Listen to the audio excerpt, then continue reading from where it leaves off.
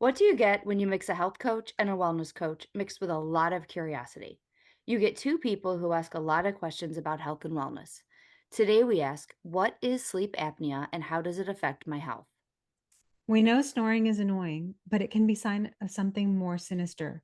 Untreated sleep apnea can result in more serious problems.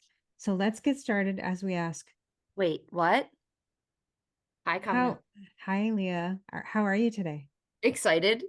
Yes, me Anytime I too. talk any sleep related topic, I get giddy and my voice gets all high and I can't even I get so excited. You know I do.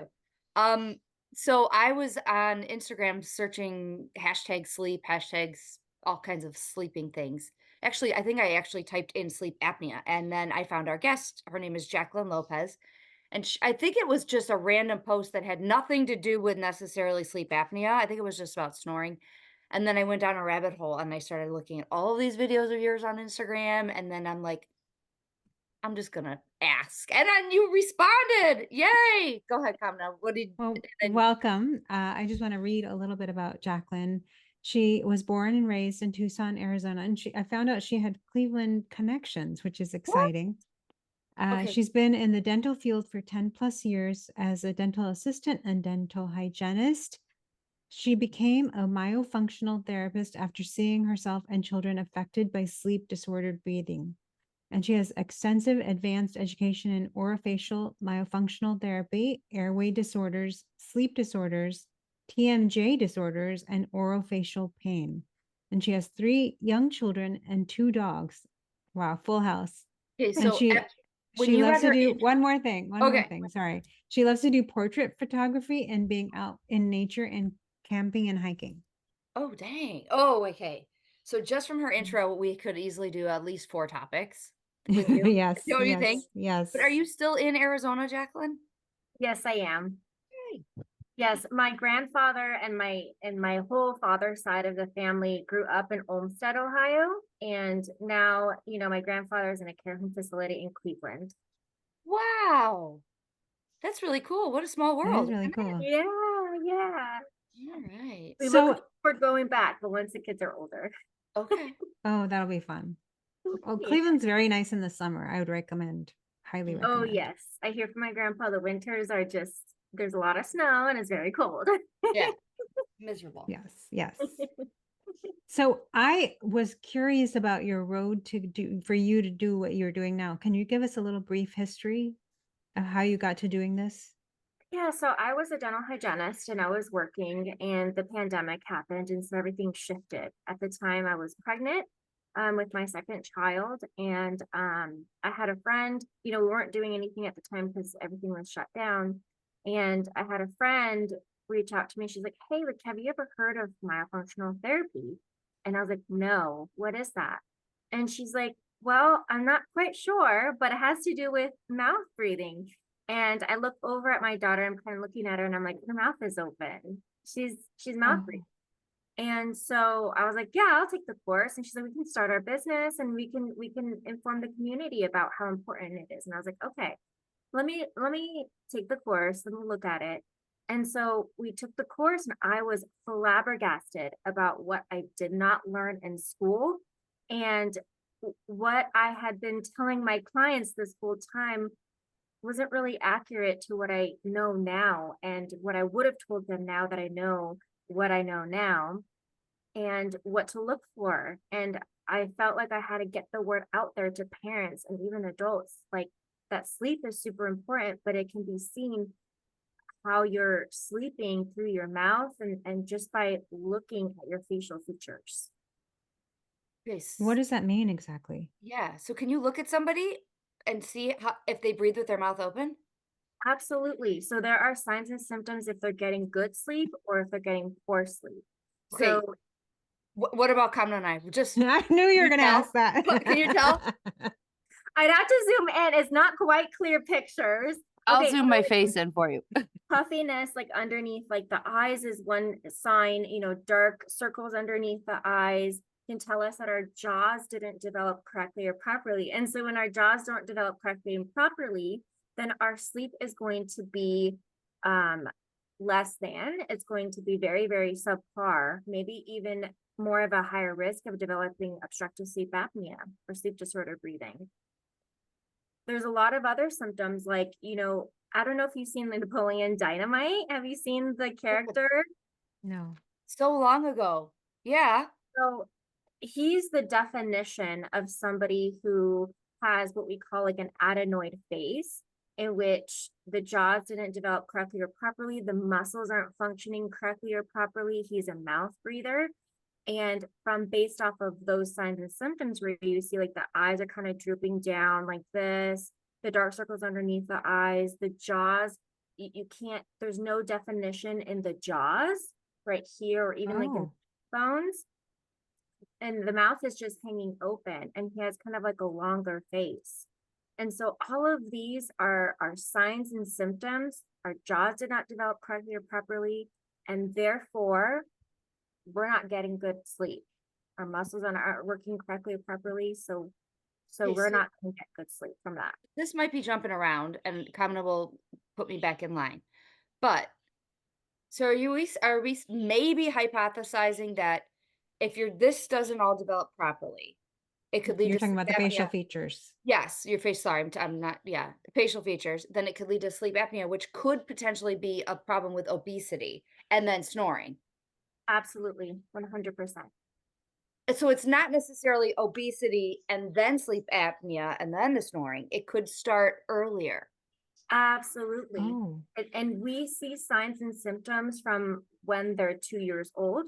We start to see how that trajectory is going and how that can be affected. And we're in this era, what's called the jaw epidemic, where our jaws and our whole structure of our whole entire cranium is shrinking. And so, you look back to, let's say our ancestors, say Egyptian times, or you look at the Roman times and you take a look at those skulls. And this is scientific facts. We know this. We know this from anthropologists who study skulls and how that correlates to our health. When you look back at those skulls, those ancient skulls, and you see they had all 32 teeth, their wisdom teeth, and their jaws were so much bigger than what it was than what it is today. And Hmm. so when you take a look at, say up to 400 years, we start to see how much our jaws are changing. We have to ask ourselves, why? Why is our skulls changing so quickly at such a rapid rate when humans have been on this earth for thousands and thousands and thousands of years, and we've only seen this happening within the past 400 years? So, we've had anthropologists kind of determine that it's the soft food diet. We're giving pureed foods to our babies instead of like the hard food diet that we used to have. And, there's a lack of breastfeeding. So moms are not breastfeeding as much anymore, which really works out the muscles in our face, which then works out our jaws, right? Hmm. To grow. And then there's the pacifiers, sippy cups, the bottles, and all those things. And it goes beyond more than that, but those are just kind of the few things that they came up with. But how that correlates to the health, especially in the United States, where, this culture has been so much more prominent compared to other countries, say, for example, Africa, right? Okay, Kamina, what are your first questions? I want to go in through three different directions, so I don't know Okay. where to really start. I did write down a couple of questions, but you're saying that it's a structural problem to start, Mhm. and then does it get activated by something? And what is sleep apnea? And that's kind of the direction I think I want to go. I don't know. It might jump around too. Okay, good. So I guess start with what is sleep apnea then, right? Okay.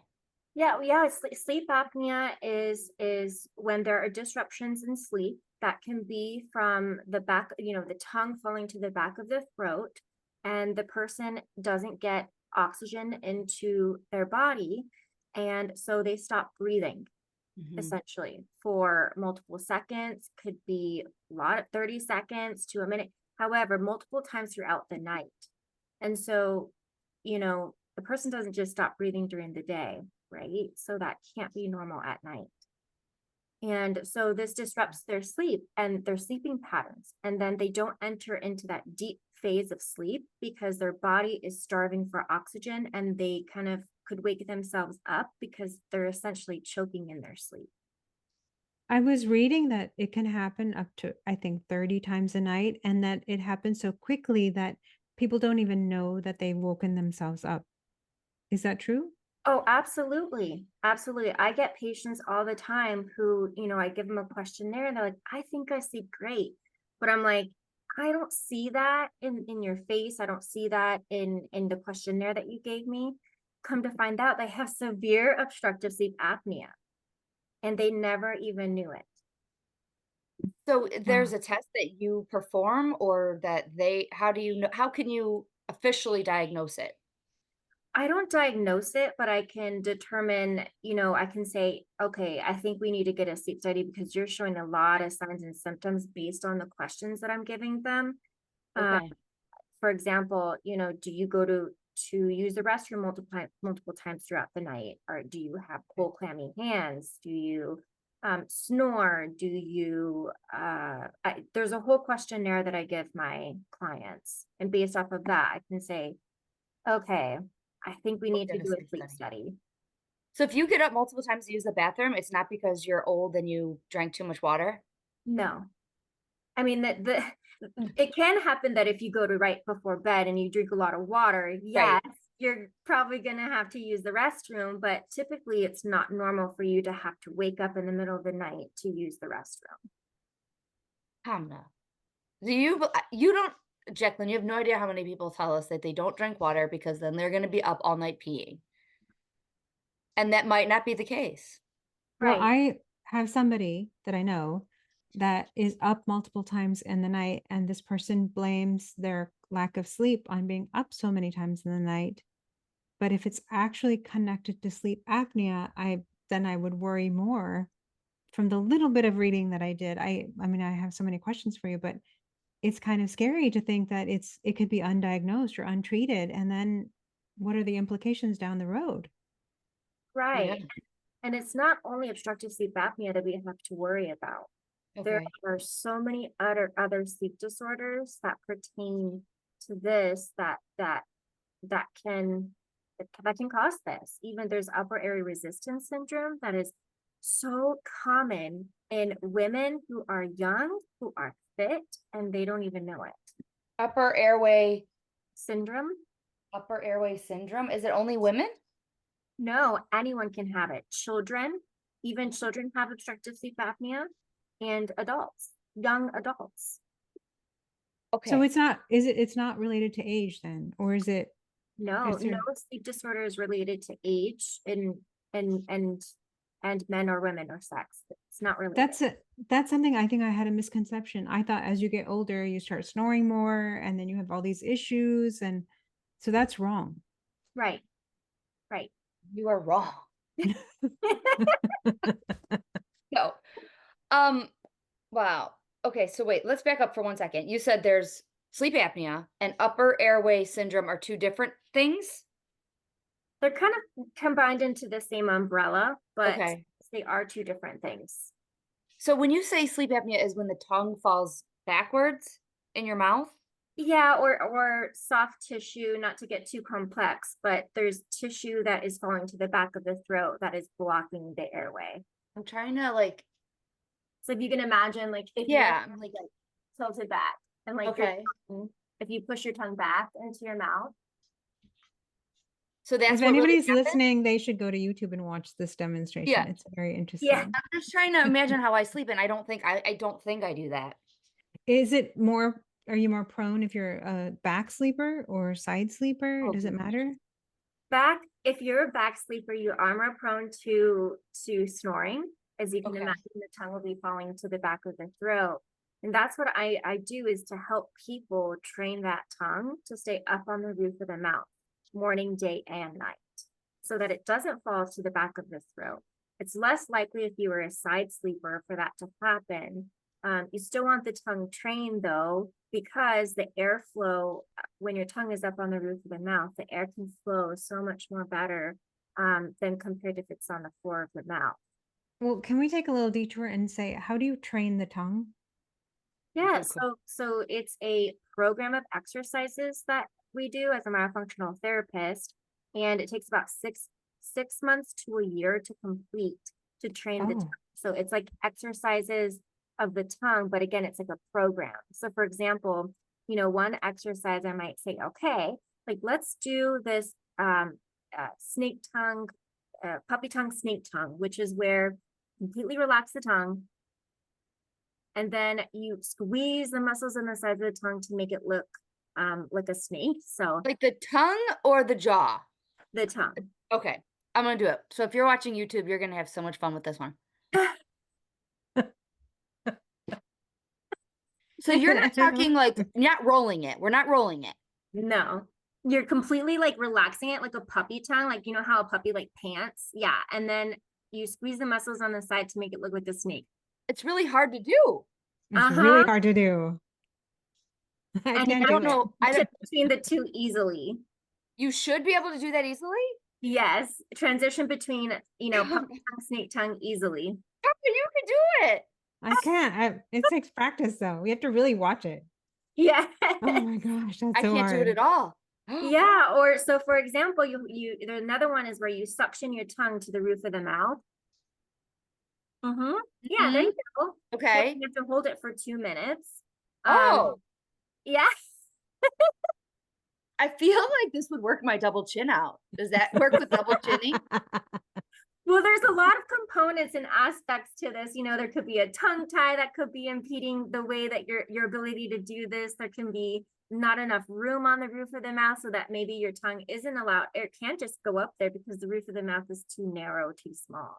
So there's a lot of factors that play into this besides, we do just myofunctional therapy and you're good to go. It really takes a team-based approach to really address this issue.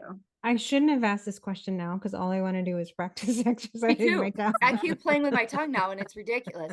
And now and all I can think about is I need to set a timer for 2 minutes and see if I could hold my tongue up there for 2 minutes.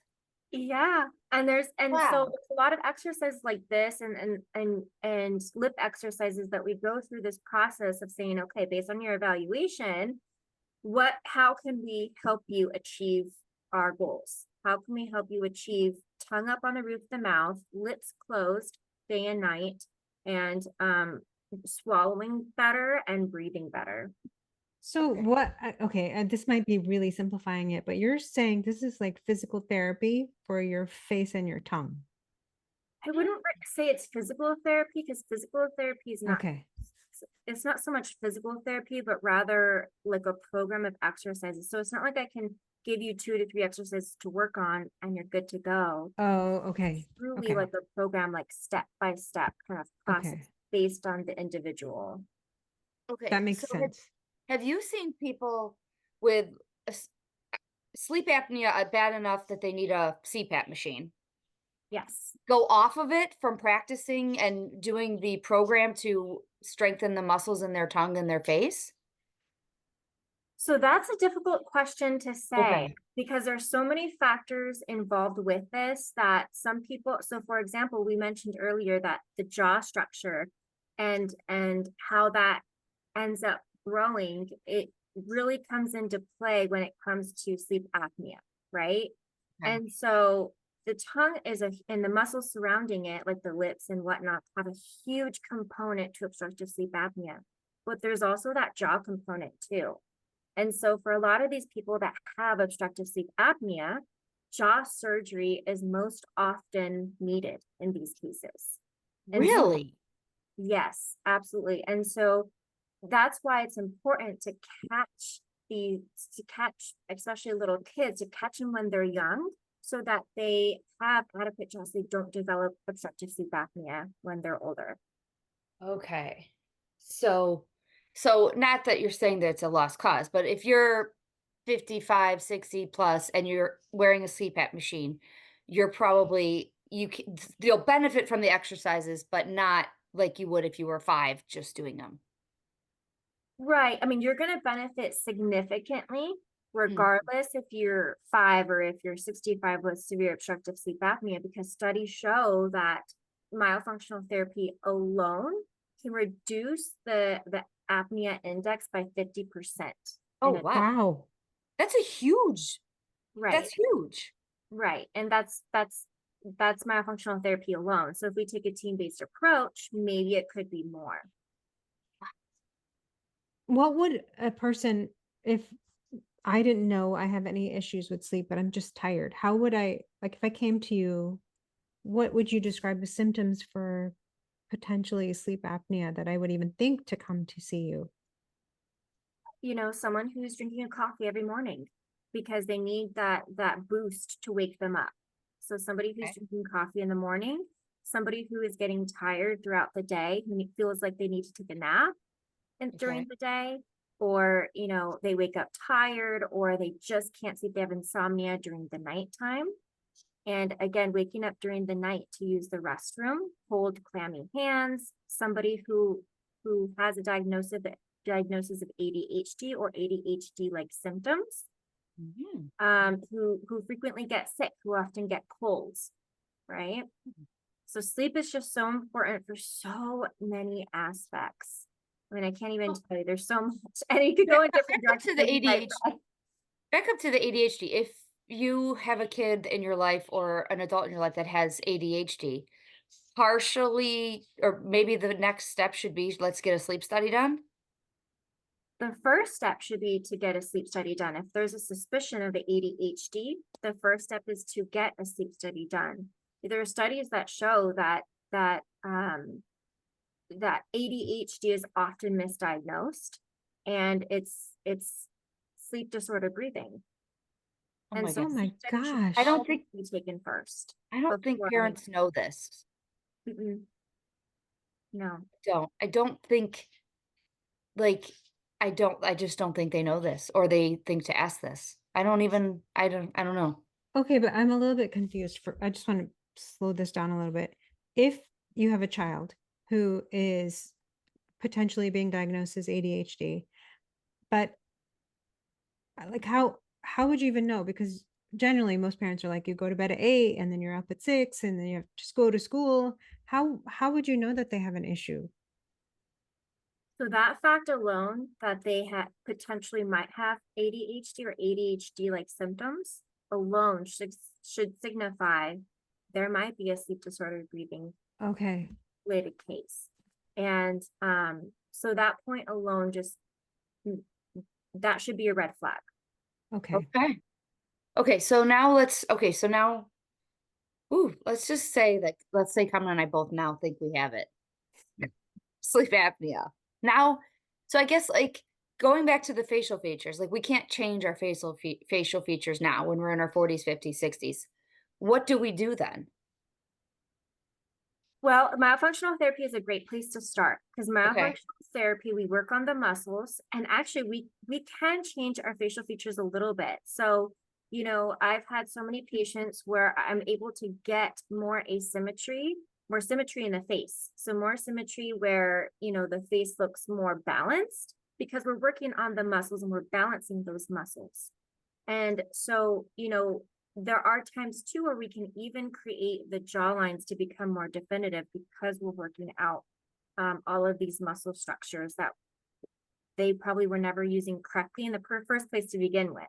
Right. So we can change the facial features in that way. There's another way where you could go through the surgery route and things like that, which is also important for somebody who does have like a sleep disorder breathing related issue as well. So it's not just about, facial features and things like that. It's also about, the health, and surgery is not so much, I don't look at it as cosmetic. I look at it more as helping with. Necessary. Yeah. So it's not necessarily all, like, I think a lot of there's a I'll speak for myself, a misconception that snoring is more to do with your your sinuses. It does. It can, It yeah. does. Okay, but it's not like that's all I thought it was not all I thought. Well, no, that is. I thought it was all like you have small sinuses or your sinuses are closed or Or a deviated septum yeah, or yeah, yeah, like that. But it's more along the lines of your jaw and your tongue as well, is what you're That's it's how part of it too. So your nose has everything to do with it too. You know, if you can't breathe in through your nose, you're going to be breathing through your mouth, you know? Mhm. And so that's also a big part of it too, because there's that resistance in the nose that we need to address as well. And for a lot of people, going back to the jaw structure, if, you know, that upper jaw is too small, well, the upper jaw is the base of the nose. And so if the upper jaw is too small, your nose is going to be too small, which is going to make it difficult for you to be able to breathe in through your nose. So sometimes, like I was mentioning earlier, surgery is sometimes needed, especially in adults, to make that wider. So then your nose becomes wider, so then you can breathe better. Oh, wow. Can you teach someone to not breathe through their mouth through some of your training and exercises? Like, Absolutely. If the nose is clear. So Mhm. if the oh, nose is clear. So that's where that team-based approach really comes in, right? okay. So So I know an adult that always has her mouth open, always. I don't even know if she can breathe through her nose. Is that the first step is to see, like, this sounds stupid, like, but, like, tape your mouth and see? Because could some of it just be habit? no. So I mean, Oh, it's really? habit essentially, yes, because the muscles aren't working correctly and they're not working properly. Like their lips can't seal because their muscles have never probably been able to do it. But I would first look at, you know, why can't they breathe in through their nose? Is there something blocking their nose? Do they have enlarged tonsils? Do they have enlarged adenoids, a deviated septum? Why? What's the why behind it? And once you figure out that why, and that's fixed, then you need to retrain these muscles to get them working correctly and properly, because if you fix the nose, those muscles are going to continue to do what they're doing. They're going Mm, to continue to stay, your mouth is going to continue to stay open, the tongue is going to continue to stay resting on the bottom of the mouth, because that's what it's been doing this whole time. It's not going to magically change um when you fix the nose and you address why they gotcha. can't breathe through their nose. So taping your mouth shut won't work. No, no, and you Alright. have to think too, because your tongue has never been trained, so it's just going to fall to the back of the throat, right? So the Mm. mouth tape really isn't going to do much, essentially. So suppose now you've diagnosed somebody with, I've come in, you asked me the questionnaire, you've done all those things, and you figure out that I have sleep apnea. What's the next piece of this puzzle? I would start with a myofunctional therapist, get Mhm. evaluation, and listen to their advice and decide the route you want to go in terms of that team-based approach that you want to take. So not Okay, everybody needs a CPAP. If they have moderate to severe, we always recommend doing a CPAP until okay. further investigation, until those numbers reduce. But always, that always has to be monitored by a physician or you know, a sleep physician.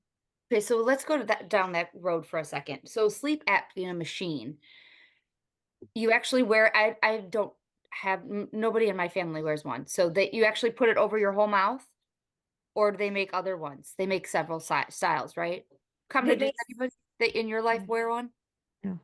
Okay. they make several styles, I believe, Okay. and I'm not too familiar with it, but I know the patients that I've had recently have it go over their whole mouth. Okay. And it actually forces air into their body? It forces air into the mouth, yes. Okay. So when you wear that, is your mouth closed? I don't know, honestly. I don't have anyone. I no, it can't be, because then how would the air go? Right. Okay. I I wonder. honestly don't know. I don't know anybody who uses. I don't know personally anybody who uses one. And I guess I never asked. I know I ask the most bizarre questions in the world. I know. Anyway, okay, so then that's essentially helping you stay breathing throughout the night.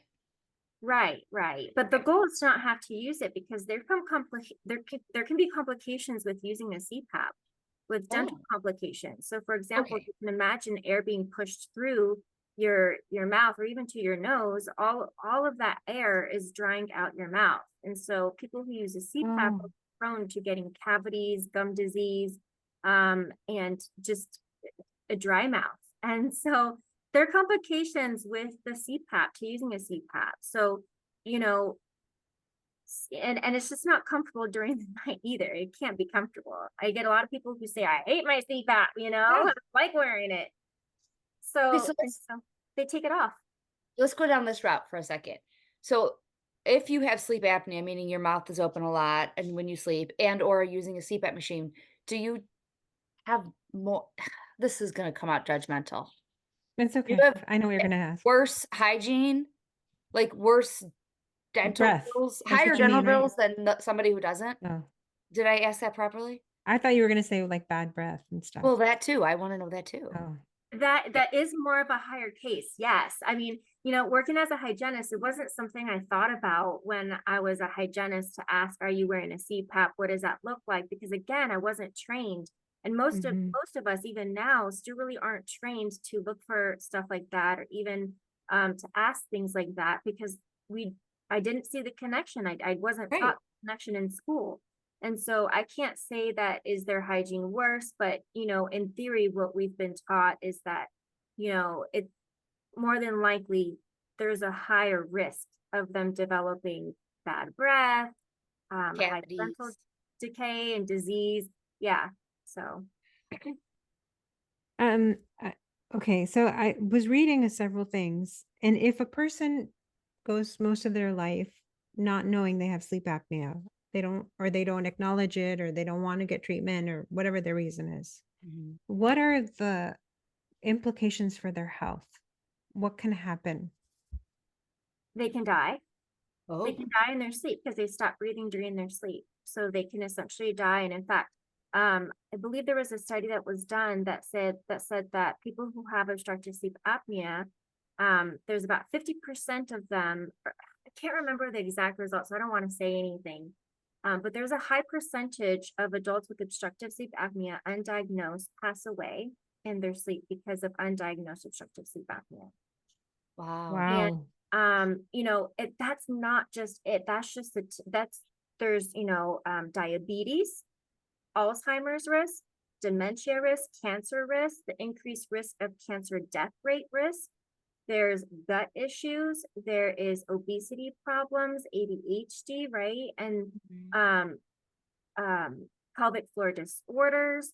I mean, the list goes on and on and on, where they find that a lot of things that we are experiencing here in especially America, but the diseases and illnesses can directly be contributed to poor sleep and sleep disordered breathing, obstructive sleep apnea. And so, you know, and that's, you know, I contribute a lot of this too in the United States, as you know, United States being one of the most unhealthiest countries. And so, you know, you have to think, well, why? And there's different factors to it, but I think sleep is a big one. Yeah. Mhm. Yeah. Yeah. Is it possible for someone to be misdiagnosed with sleep apnea when they really have another issue, like Mm. diabetes or heart disease or Sorry, can you repeat that? Yeah. so I was reading that there's a chance that people can be misdiagnosed with sleep apnea when they really have another underlying health problem, like Oh, diabetes. so you're saying, like, their diabetes is not letting them sleep good or their high blo like, some is that what you mean, Kamna? Like, I something think so. I didn't go too deep into that, but I was okay. just Hmm. wondering if you assess that someone has sleep apnea, is that pretty much for sure that they have sleep apnea, or could it be another health issue? More than likely, it's because they have sleep apnea, because when you do a study, they're tracking how many times you stop breathing during the night. They're Okay. tracking, you know, what the breath is, if there's an effort in breath in that. Mhm. So Mm. it's pretty well documented that if you get a sleep study done and, you know, you're diagnosed with sleep apnea, more than likely you have sleep apnea. I will say though, is that the sleep studies are a capture in time, right? So, you know, sometimes you do the sleep study for one night, or sometimes you do it for 3 days in a row. That's only a capture of a time, a moment in time. And so, you know, sometimes some of my patients, they get a sleep study done, and you know, at the end of the report it'll say this was only a capture in this point in time, but I believe to think that this is actually just one of the better nights that you're having compared to what other nights would look Okay. like. Have you done this study Gotcha. at a longer period of time? Or maybe even vice versa. Okay. Can someone test for this at home? Oh, Yes, yes. In fact, I recommend and he's fantastic, a sleep study, I guess, not a clinic, but a sleep study group. And you can pay for a sleep study and it can be sent to your home and you send it back. And then he reads that report and then sends you a report of a diagnosis. His name is Ken Hooks. Fabulous. Detailed. so you don't necessarily have to go to the doctor and sleep at a hospital and like get all these that's how I envision it, like all these probes hooked up to my head and my, all over me, and I have to sleep in a bed there, and like I just yeah, so you don't have to do that. No, and in fact, I actually don't recommend to do that because Oh, I don't recommend in hospital studies. And this comes from a personal experience because okay. I did that. I went to a hospital. I got all the wires on my head. I had to sleep in this uncomfortable place. And I tell you, that was one of the worst nights I've ever had because I wasn't in my own bed. So Mhm. the results weren't going to be accurate, right? I didn't sleep. I finally slept the last 30 minutes that I was there. And how accurate can that be? And you know what that report said? In a one sentence, it said, we didn't find any significant findings. And based on this report, it suggests that we recommend that you lose weight. Oh, And at the time, I was 125 pounds, 125 pounds. what? And that's And all they it How tall are you? said. Just give us how tall are you? I mean, I'm I mean, 5'3". oh my God. Like there would be no, I mean, They didn't even take my weight. They never took my weight. And that's what it said on the report. And it didn't show anything else. And that's what it came back as. And so I've heard that from experiences over and over and over again, where, it'll show no significant findings and that's it, because what they're looking for is people with sleep apnea. But like I mentioned earlier, there's such a wide range of sleep disorders like upper airway resistance syndrome that is being misdiagnosed. So you know what I did? Sent my report. I got a more detailed report. I wanted those facts, so I had to call. It was a pain. It was a pain to get this report. But I sent my report to the place that I recommend all my patients to go to Ken Hooks. And he said, it looks like you have upper airway resistance syndrome. The fact that they said that it wasn't anything is so misleading. what is, Oh. did we even talk about what upper airway syndrome actually is? Don't even ask me. It's a I'm not the one to explain it very well, but there's a resistance in the upper airway tract that is being resisted when you sleep. And if you Okay. want more information on that, the Breathe Institute is a good place for information to get to learn more about this stuff. The And Breathe Institute? yeah, the Breathe Institute. So, I have a question from one of our listeners. And then, what I would like to do is for our bonus episode, just throw a bunch of questions at you if you're okay with that. Yes. Um, so one of our listeners asked, she uses a CPAP machine for over 20 years, and she she has a thing called Inspire, which is No, an implant like a pacemaker for sleep apnea. Is Inspire recommended for all sleep apnea patients? I think it's new. Oh, okay. Yeah, because I've recently actually have just heard about this, and I'm not sure what exactly it is. So she said it's like a pacemaker for sleep apnea. Okay, this is something that's new to me, Shoot. and Okay. Okay. that I haven't heard it being recommended to any of my patients that have sleep apnea. Usually, it's that they're thrown a CPAP machine, and that's it. Okay. So that's So, what I've been hearing. So I can't answer that. Okay. okay. If you were to recommend to somebody, if they have sleep apnea, they should find I forgot the title of what you do. A myofunctional therapist. My Myofunctional therapist first, therapist. Mhm. as a way to sort of train all their muscles And and give figure out, pardon, go ahead. Yeah, so yeah, to train all their muscles, to get that tongue up on the roof of the mouth, to get their lips nice and sealed, and figure out a game plan of what this team-based approach is going to look like. You know, can they breathe in through their nose? If not, okay, well, we need to maybe figure out the reason why. Do we need to see an ear, nose, and throat specialist? Do we need to, you know, do you not want to go with a surgery route? Maybe you want to go the naturopathic route, and maybe you want to do a gluten-free, dairy-free diet to hopefully maybe minimize the tonsils or adenoids, whatever the issue is. You know, do we want to go the surgery route? Whatever the case is, come up with a plan, right? So could like a gluten-free, dairy-free diet actually help with sleep apnea? Well, if the tonsils and not yes and no. I mean, if Okay. the tonsils and adenoids are enlarged and it's not chronic, then a gluten-free, dairy-free diet could potentially create less inflamed tonsils and adenoids, making it easier for a person to breathe in through their nose. Wow. Okay, so what I'm literally thinking is like an analogy of like a CPAP machine is kind of like a Band-Aid. Absolutely. And we're trying to Oh, we need to do a little bit more research and go, okay, what's actually causing it? And it Absolutely. doesn't have to be weight. I think that's a big misconception is that everybody says like if you're overweight, you have to have a sleep app machine. But that's not necessarily always the case. Absolutely. And I think one of the biggest misconceptions too is, what if it's reversed? What if the sleep disordered breathing is actually causing the weight?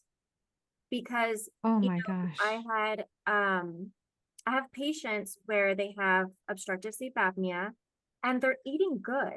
They're eating very, very well. They're exercising, they're walking around, you know, they're doing, Yeah. and they can't lose weight. They can't get the weight off. And so Wow. you have to think about, sleep is so important. It's rejuvenating for our body. It really gets rid of the toxins and it helps the body heal. And so what if, and I'm I don't want to say, but I think there are studies that show that people who get poor sleep often have a hard time with weight. Uh, this just blows my mind because we have it so backwards. We We do. really, really have it so backwards. Right. It's fascinating. Well, thank you so much. We really appreciate all of your time today. And we encourage our listeners to go to our bonus episode because we have a ton more random questions for you. Mhm. Completely Absolutely. random. Thank you for inviting me.